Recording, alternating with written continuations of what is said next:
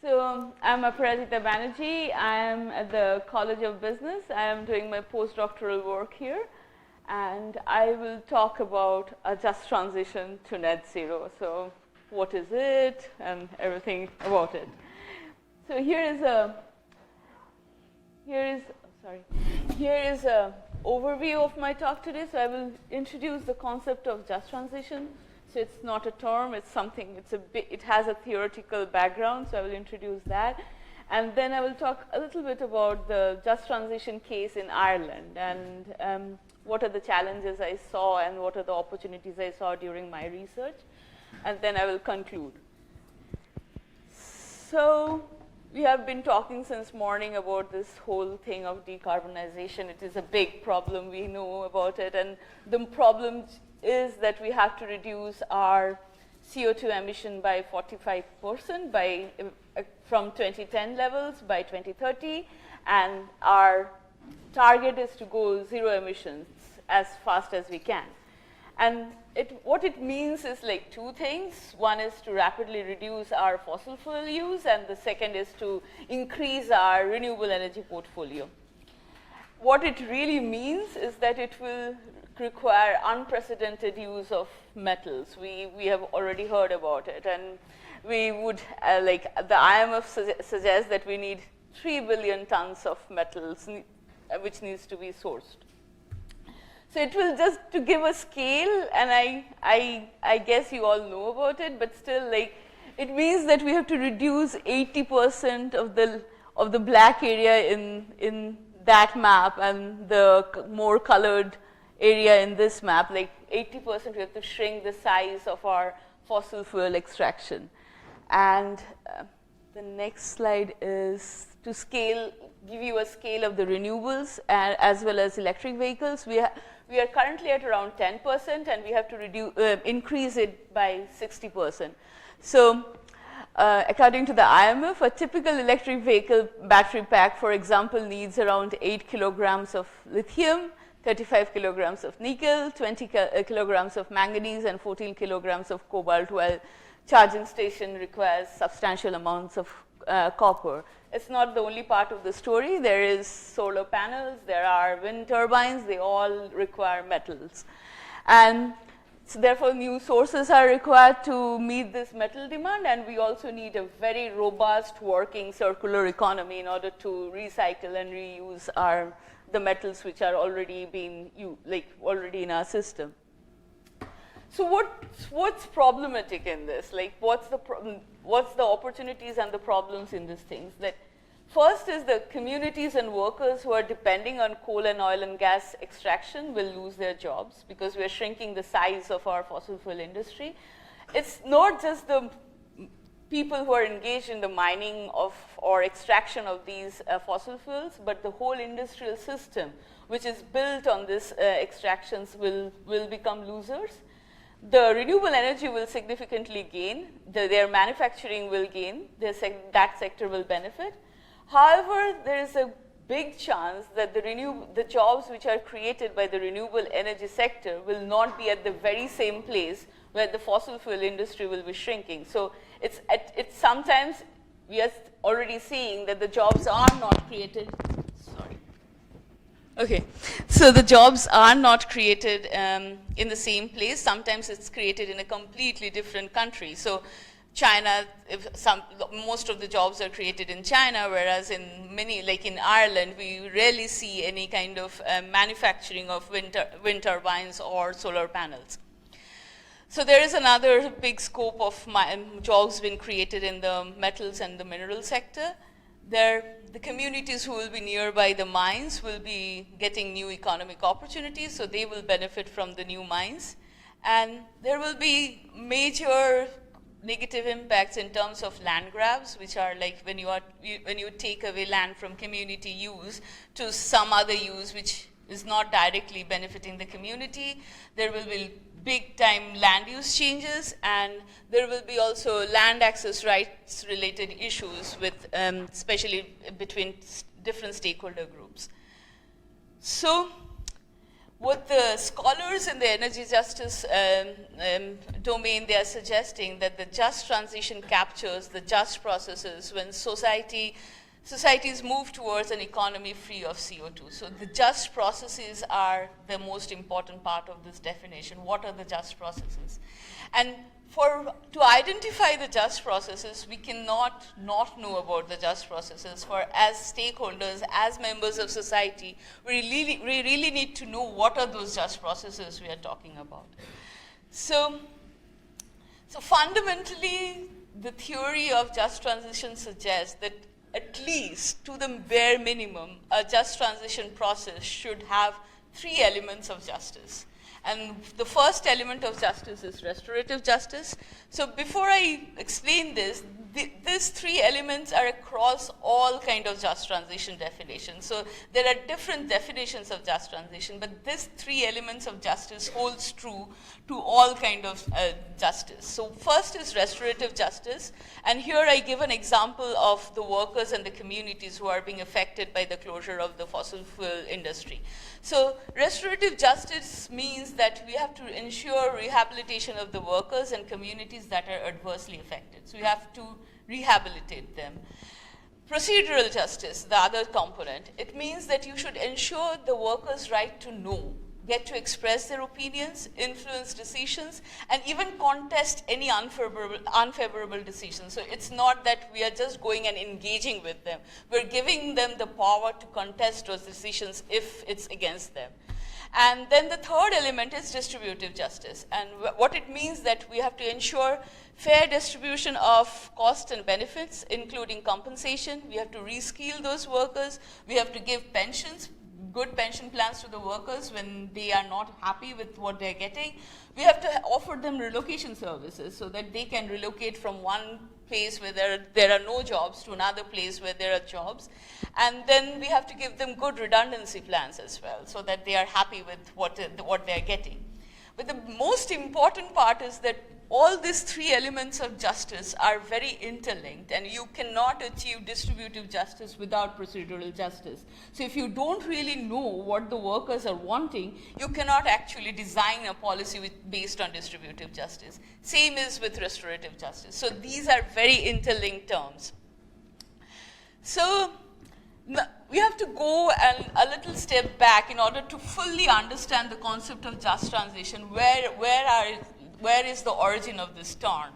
And the term was actually a term, we have to go back to the 1970s, where Silent Spring by Rachel Carson was kind of published in 1962, and the whole environmental movement in the US actually recognized that the chemical industry in that country was highly polluted, and they were actually doing a lot of harm to the environment and as well as the people. So during the 1970s, early 1972 actually, the Environmental Protection Act actually came to the US, and then a lot of this highly pollutive chemical industries were closing down, and what happened was that the workers were actually losing their jobs. So the trade union movement, the trade union leaders at that time, they recognized, okay, the workers here have 2 problems. One, they are losing their jobs, as well as they are also they were directly affected by the pollutive chemical industry where they worked for so many years. So you are taking away their jobs, as well as you're giving them a lot of like lifestyle diseases and stuff like that. So they were the dual affected negatively doubly. So then they started this whole concept of just transition, that you have to provide a just transition to these workers, and you have to rehabilitate them. And the whole idea of just transition is not just to punish the chemical industry to go for like to have better processes in place, but you also have to rehabilitate the workers. So now I will talk a little bit about the just transition case in Ireland. In the morning we have already heard a little bit about it, but I will give you a more social side of this whole problem of just transition in Ireland. So Ireland, being a member of the European Union, they have, the country have implemented the Climate Action Plan of 2019, which means that we have to reduce 70% of the we have to produce 70% of the energy from renewables by 2030, and the plan is to go net zero by 2050. So due to this development, in 2020, Ireland actually closed 2 of its existing power plants which were running on peat. So peat, as we know already, that it's a very kind of very basic crude form of fossil fuel, and it is widely available in the Irish Midlands, and it has been traditionally used as fuel. So if you really want to go for a traditional Irish kind of touristy package, sometimes you will really go and harvest peat, or you will see peat being harvested. So that is kind of it's so connected with the Irish traditional life.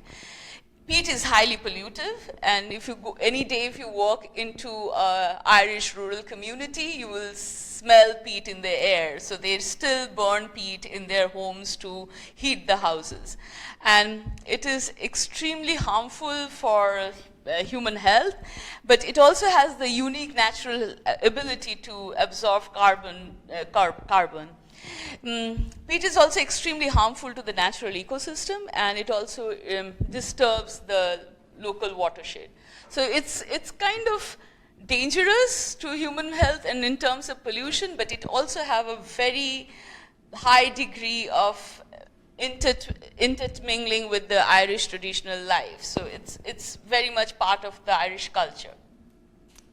So what happened, so Ireland gained her independence in 1914, and till that time Ireland was heavily dependent on the coal being imported from UK to produce electricity. So the Irish policymakers at that time realized that if you want to become an energy secure country, then you have to produce electricity from your own resources. And Ireland doesn't have any coal or oil and gas reserve. At least at that time, they didn't have any. So what they realized that, okay, we have this huge reserve of peat, why don't we convert them into electricity, and like we have our own electricity production in the country. So in the 1940s, it was even if when I go back to talk to community members, you can feel the pride in the people that, okay, we did something on our own, and energy, which is so important to the economy, especially a young economy which just got its independence, that they were very proud of that thing. They were they were essentially connected with what was happening. And also, we have to also understand the history of Ireland at that time. Ireland was seeing unprecedented amount of out-migration. People didn't have jobs. They were going out to the US, to Australia, to UK. And so the Irish peat industry actually gave the people over in the Midlands reasons to stay back and feel proud that they are also contributing to the nation's economy. So that history is still lingering in the Irish Midlands. The semi-state-owned company called Bodamona was created, and it was also created by, the person who created Bodamona was actually a freedom fighter himself. So it's so much part of that kind of being on our own and being independent of the UK. So once Bodamona came up, it created thousands of jobs, and people from all over Ireland actually came to the Midlands, and they started settling down around the Midlands. People who didn't know about each other, they actually became kind of neighbors. And so what was going on at that time was, okay, this huge national enterprise, and it is also kind of building a nation in the Midland region. And people are also very proud of what is happening. And so you can also see that a lot of the houses which were built by the Bodamona for the quarters built by for the workers are still there, and still they have that history in those communities. So all this kind of changed in 2019. It didn't actually, if you go back to the real reason why the peat industry was closed, it was because the peat industry, the electricity board, the Irish Electricity Board, did not get the permission to operate its 2 power plants in West Offaly, and one is in Shannonbridge. So they couldn't dispose their ash because it was environmentally not destructive. And so what they realized that, okay, if we don't get the permission, we just stop using peat and we will find some other use, some other way of producing electricity. So when Bodamona realized, okay, these were the two industries which we were supplying our peat with, so we have to close our bogs. So they started closing their bogs. So bogs are the peatlands, we call it bogs here. And so 17 bogs were closed by 2020, and remaining 45 will be closed within the next 7 years. So the closure of bogs is a big process. You have to reweight the bogs, we have to close the drains, so it's a big process. So it will take some years to do it completely. But what it did was, like, it affected how communities and workers living in that area. So what I was telling you, the whole communities, they saw that all of a sudden, due to a government decision, all of their jobs were gone. And this whole pride, this history, they saw that was also, like, they have to, like, find something else to be proud about and something else to work on. So at the same time, when this was happening, Bodamona was also changing into a renewable energy industry. And what they found is, like, automatically this huge hectares of land as a land bank opportunity, and they could convert them into renewable energy infrastructure. So they could bring up tons of, like, wind turbines in those open boglands. And there, even when the case study of our community, we really saw it that the peatland was closing, and on that peatland they were proposing to have a wind farm built, and many of the houses were very close to those wind farms. So that opened a new can of worms. So what we did was, like, okay, we thought about studying this development from the closure of the peatland, the PM Bodamona industry, and then, like, how it affects community. So we started, and we actually saw that the communities were talking about the term just transition. So it came from them. The workers were talking about the term just transition. So we thought about understanding what is happening in this community. So we kind of did two kind of research. One was based on qualitative interviews. So we went and knocked on doors of the community members. We did qualitative interviews with them. And we also did door-to-door surveys. Why I'm talking about these methods is, like, when you will be writing your proposals for after law, or you will be presenting your proposals, you have to also understand the methods you will be using. So just a brief background, like, what can be the methods which we can use as social scientists to understand community perception. So there were also a lot of participant observations. So we attended election rallies at that time, and then we also attended a lot of public conferences which were organized by the trade union groups as well as the community members. And in the election rallies also, the local, like the TDs, what we call them here, they were also having a discussion with the people directly. What are your plan about this Irish Midlands after Pete? And then we also did a lot of follow-up phone interviews in 2021. Because of COVID, we couldn't go and visit the communities.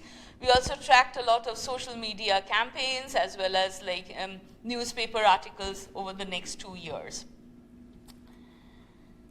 So let me talk a little bit about the results which we found. Like, I'm still studying this development, so these results are my preliminary results, kind of. So what did we see in terms of this 3 dimension of justice, like distributive, procedural, and restorative justice? We saw that there are some evidence of distributive justice evident in the BNM, like BNM is the short form of Bodamona, and the government plans for a just transition in the region.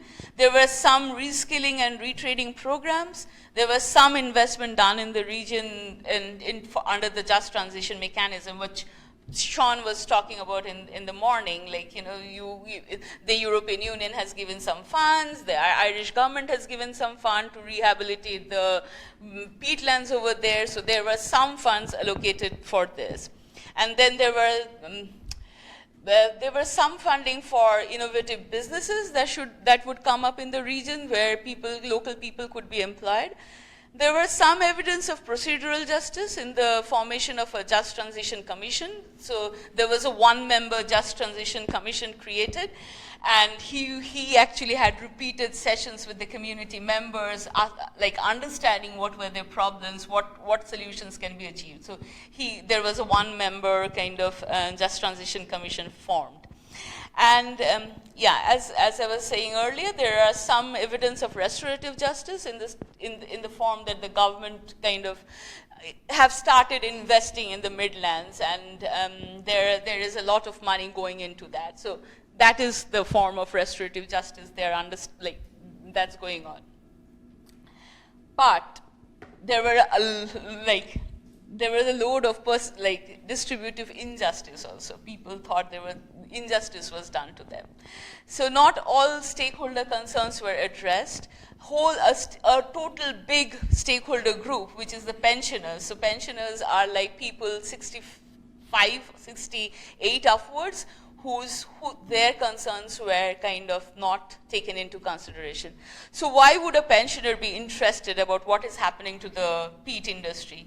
Because their pension comes from the peat industry. So whether the peat industry will be kind of in business or not, that will directly affect their pension. There were a lot of training programs, but these training programs were not tailor-made for the workers or their needs or their interests. So if you are talking to a 55-year-old worker who has worked all his life in a very mechanized kind of peat extraction industry, and you are asking them to go and work in a house retrofitting business, would require a lot of physical labor, then that skill is kind of not according to his needs. Then there was also this whole idea that you are giving people the skills which doesn't have a local employment opportunity. So you're asking people to actually relocate from their life to somewhere else and go and work. So they will actually, they will have to cut ties with their local communities, and these communities know each other for generations. People in the communities know each other for generations.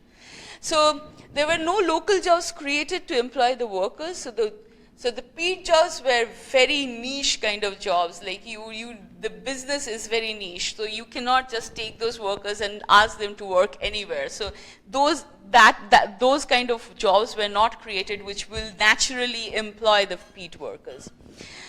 The projects which are funded by the Just Transition Funds are great projects on their own, but they are not necessarily targeting the needs of the peat workers.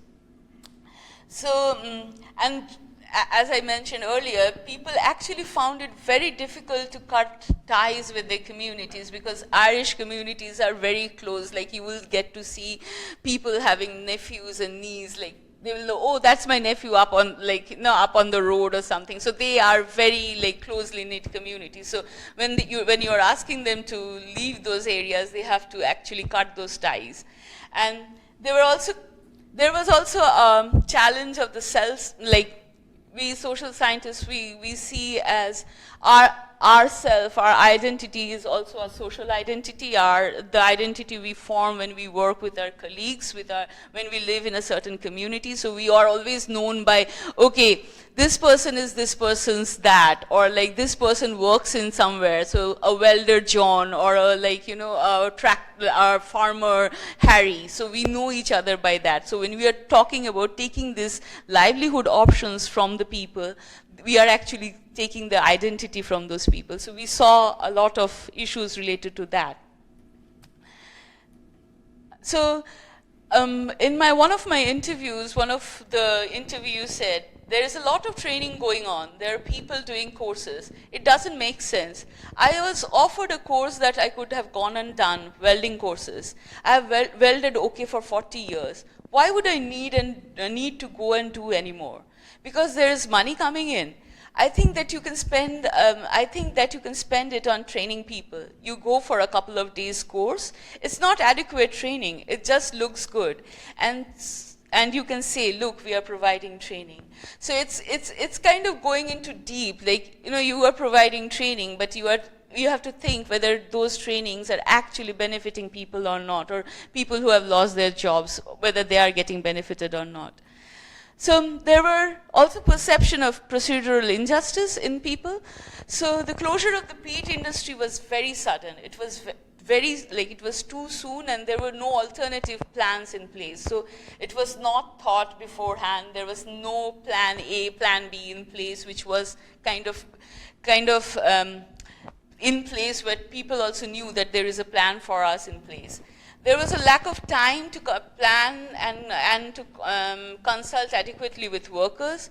There was sparse social dialoguing, and there was no effort into building consensus. So the idea is that, okay, you have to build consensus. You give a plan to the people, see what they're saying, and then they would not agree with certain part of it. Then they will come back to you, and then again you will go back to them. So there was no effort in building consensus. There were lots of uncertainties, because even the people who were in the just transition planning process, they were also not aware where they were actually going, because they didn't know how the money will come into the whole thing, or what they will do in the short, medium, and long run.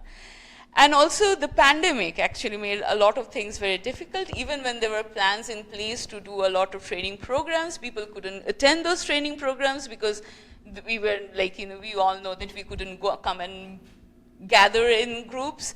And when I went back in 2021, workers were still unaware about their future, like what will happen to them. How they were surviving from the government payment during the pandemic. The government provided certain payment to the workers who lost their jobs due to the pandemic, so they were surviving. So what we saw was that over a period of 2.5 years, they were living in a limbo, and they didn't really know what is happening into their future. So one of the comments from one of my interviews shows this kind of perceived procedural injustice when he said, I think it's the level of frustration that people like myself feel as trade union representatives is the lack of engagement, real engagement with people who represent the workforce, and particularly the lack of engagement with the company. ESB announced the closure of the stations in November. So this is November 2019. We are 3 months down the road now, and we have no real engagement with the company around what we believe a just transition should look like. So then I go into restorative justice. B&M transition plan suggests that workers can be employed in the wind energy division. So it's a very classic case of okay, you are losing job in this industry, but we have this green jobs growing in the renewable energy. So it's kind of being said in a way that there will be a smooth transition for the workers from industry A to industry B, as if there will be no kind of glitches. So workers were apprehensive of the jobs in the renewable sector, as jobs were very limited. So ideally wind turbine, kind of a wind farm of a size of 30 wind turbines will not require more than 2 to 3 operators. You will need some workers when you are constructing the wind farms, but for the day-to-day operation of the wind farms, you rarely need any people. They were the skills which are required for running this wind turbines, even those 2 to 3 jobs, they are very highly specialized skills. So anyone cannot go and do that jobs. There were also inadequacy in the industrial policy. So you have to understand the Irish Midlands. It has been historically neglected by the government's industrial policy. So the peat industry was the only industry for a long, long time. There were many ancillary small industries in the region, but nothing in terms of such a big industry like the peat industry. There's no other comparable industry in that area. So what the rural Ireland or the Midlands of the Ireland has seen decades of peripheralization. So what is peripheralization? When a region in a country is peripheralized or marginalized, and there is no other economic activity growing up in that area, that people only depend on one industry. So that was happening a lot in the Irish Midlands. And from my research, I know it happens in Chile. A lot of companies are concentrated in the coastal towns or the capital of the city, and the other regions are not developed. So some jobs were also in the bog rehabilitation jobs, as Sean was talking about, like, you know, when you are taking care of the peatlands, after the peat extraction, you reweed those peatlands, you take care of, like, you put sphagnum moss in that so that they kind of come back to their natural ecosystem. But these jobs are not well paying. So you are actually comparing a job in the fossil fuel industry with a job with rehabilitation, which is for few years, like, you can only have those jobs for 4 to 5 years, and you are actually not manufacturing any product. So the fossil fuel is a product which you can sell, and which has a, like, you know, somebody will buy that. But these peatlands being rehabilitating the peatland is actually not a product in that sense. So there was no comparison in the kind of jobs being produced. So what I saw was for the community, the whole idea of just transition was just a paper talk. I would have very little faith in the just transition, to be honest. That's my honest opinion. The just transition is really a political thing. It's politicized and it's all a game. It's my honest opinion. Politicians don't want negative PR, and it's about sound bites. It's sound bites for the politicians to cover up these little happenings at the moment until it's done and dusted. I guarantee you that just transition will be a bygone word here in about 2 years or 3 years' time. So this was kind of the general perception of the people, that it was, for the time being, we are all talking about just transition, and once everything settles down, they will be forgotten. So this didn't stop with the peatland. So it's not that, like, okay, it's bygone, we can forget those communities, we can move on to with renewable energy. But we have to realize that these wind farms are actually coming up in those peatlands which were previously giving jobs.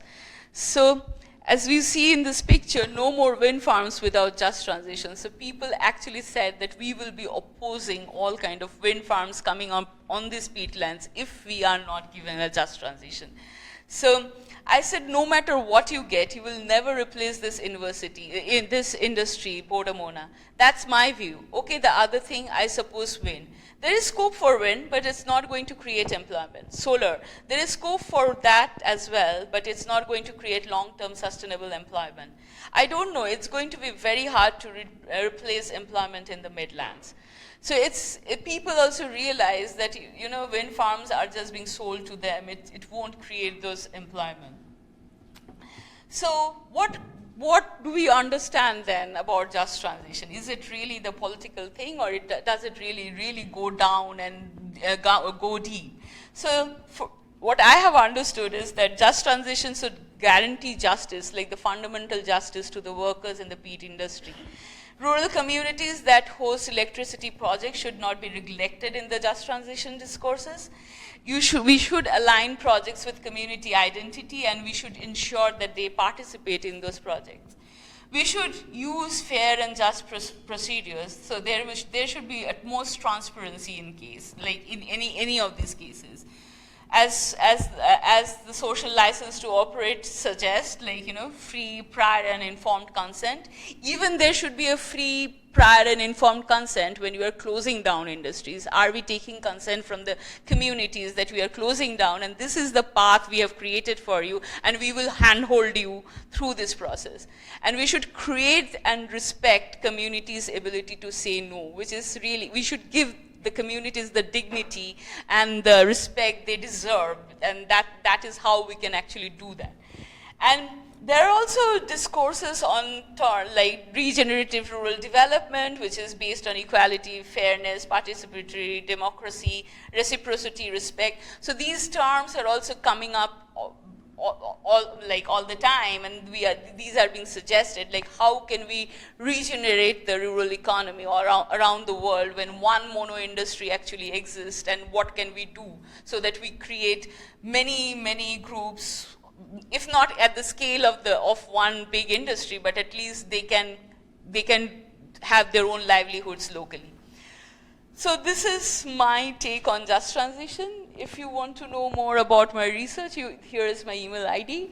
And this project was funded by the Science Foundation Ireland. Thank you very much.